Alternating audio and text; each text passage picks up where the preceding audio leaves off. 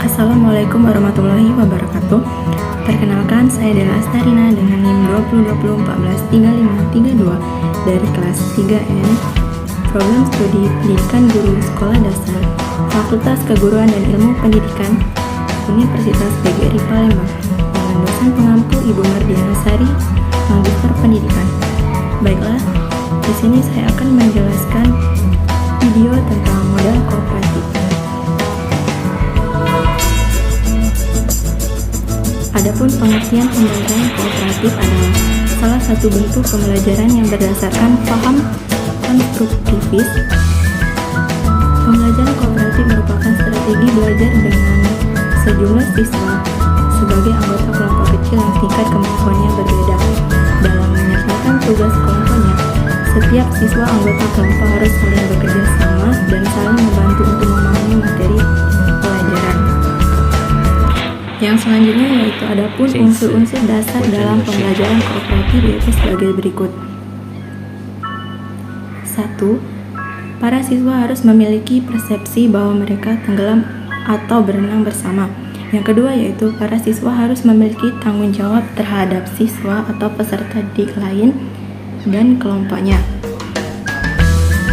Para siswa harus berpandangan bahwa mereka semua memiliki tujuan yang sama. Yang ketiga yaitu para siswa membagi tugas dan berbagi tanggung jawab antara para anggota kelompok. Yang keempat, para siswa diberikan satu evaluasi oleh penghargaan yang akan ikut berpengaruh terhadap evaluasi kelompok. Yang kelima yaitu para siswa berbagai kepemimpinan sementara, mereka memperoleh keterampilan bekerjasama selama belajar.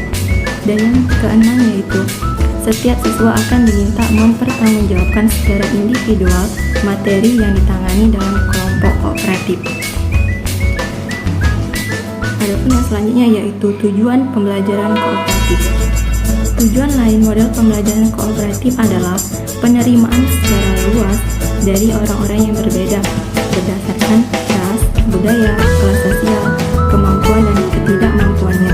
Pembelajaran kooperatif memberi peluang bagi siswa dari berbagai latar belakang dan kondisi untuk bekerja dengan saling bergantung pada tugas-tugas akademik dan melalui struktur penghargaan kooperatif akan belajar saling menghargai satu sama lain.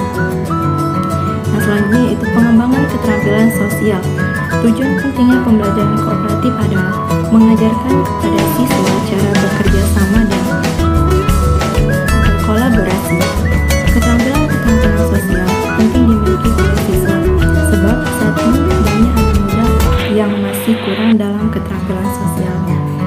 Selanjutnya yaitu elemen-elemen pembelajaran kooperatif.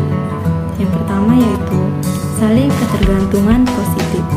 Untuk menciptakan kelompok kerja yang efektif, pengajar perlu menyusun tugas sedemikian rupa sehingga setiap anggota kelompok harus menyelesaikan tugasnya sendiri agar yang lain bisa mencapai tujuan mereka.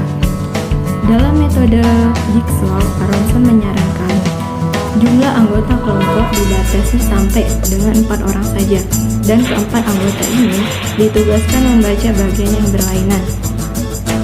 Keempat anggota ini selalu berkumpul dan bertukar informasi. Selanjutnya, pengajar akan mengevaluasi mereka mengenai seluruh bagian. Dengan cara ini, mau tidak mau setiap anggota merasa harus bertanggung jawab untuk menyelesaikan tugasnya agar yang lain bisa berhasil. Yang kedua yaitu harus adanya tatap muka. Setiap kelompok harus diberikan kesempatan untuk bertemu atau bertatap muka dan berdiskusi.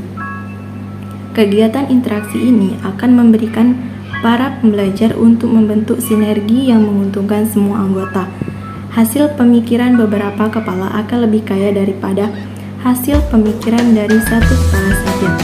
Lebih jauh lagi, hasil kerjasama ini jauh lebih besar daripada jumlah hasil masing-masing anggota. Yang ketiga yaitu adanya komunikasi antar anggota. Unsur ini juga mempengaruhi agar para pembelajar dibekali dengan berbagai keterampilan berkomunikasi. Sebelum menugaskan siswa dalam kelompok, pengajar perlu mengajarkan cara-cara berkomunikasi. Setiap siswa mempunyai keahlian mendengarkan, dan berbicara. Keberhasilan suatu kelompok juga bergantung pada kesediaan para anggotanya untuk saling mendengarkan dan kemampuan mereka untuk mengutarakan pendapat mereka. Yang terakhir yaitu adanya evaluasi. Pengajar perlu menjadwalkan waktu khusus bagi kelompok untuk mengevaluasi proses kerja kelompok dan hasil kerjasama mereka agar selanjutnya bisa bekerjasama dengan lebih efektif. Waktu evaluasi ini tidak perlu diadakan setiap kali ada kerja kelompok, tetapi bisa diadakan selang beberapa waktu setelah beberapa kali pembelajar terlibat dalam